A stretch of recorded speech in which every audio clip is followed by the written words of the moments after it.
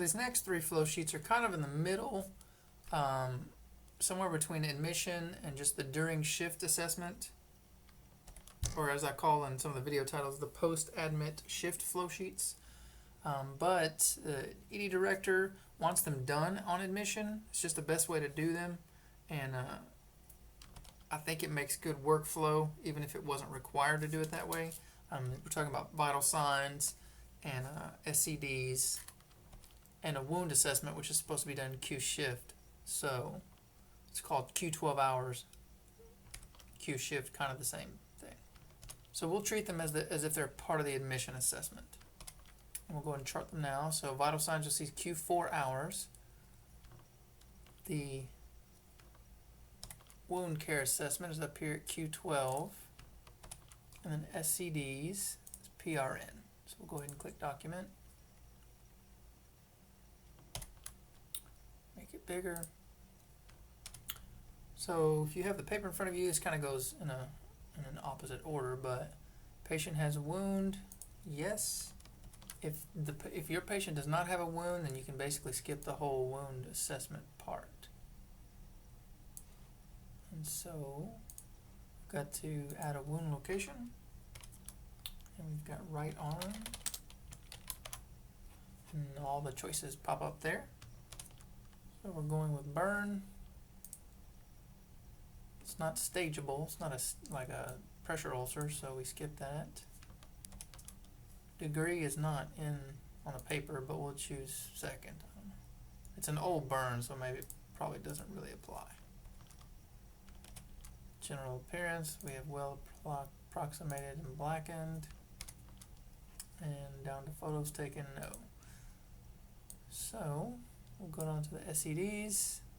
We'll say compression device, refusal of treatment by patient, and then we're on to vital signs. So we'll put in vital signs according to the clinical scenario sheet, and it looks like we're going with 98.9 oral,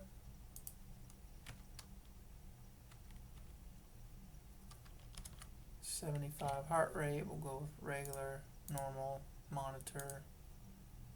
Respiration, 16. Column, I think we said short of breath a while ago. We can go with that. Normal, regular. So blood pressure requires a location. We have left arm. We're going with 138/90.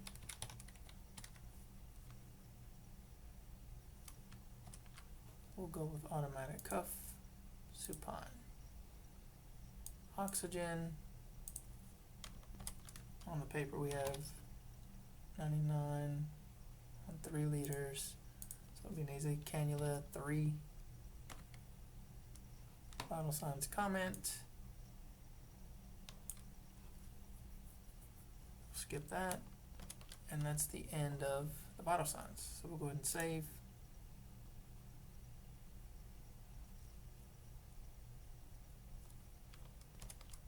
And we have done and done. Took me 8 minutes there. I do want to show one more aspect of the flow sheets. So I'm going to refresh here, which is the different views, the different modes that you can look at. And I'm going to use vital signs. So I'm going to go here and then document.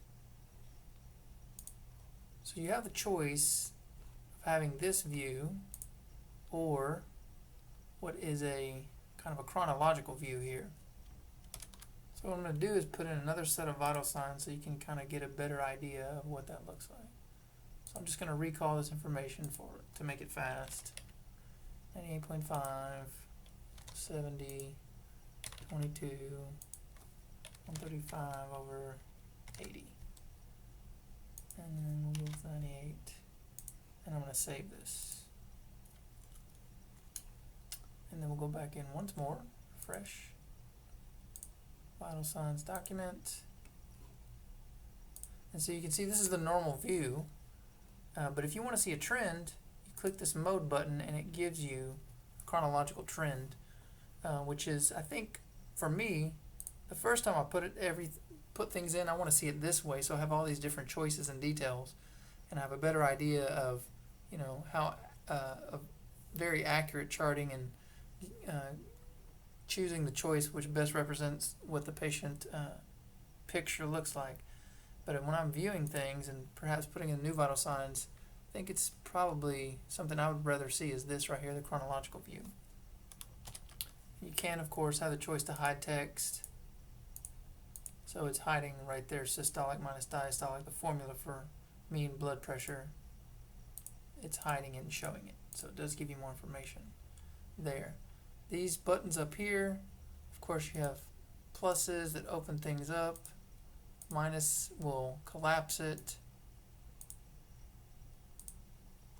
So, there's different ways to look at things.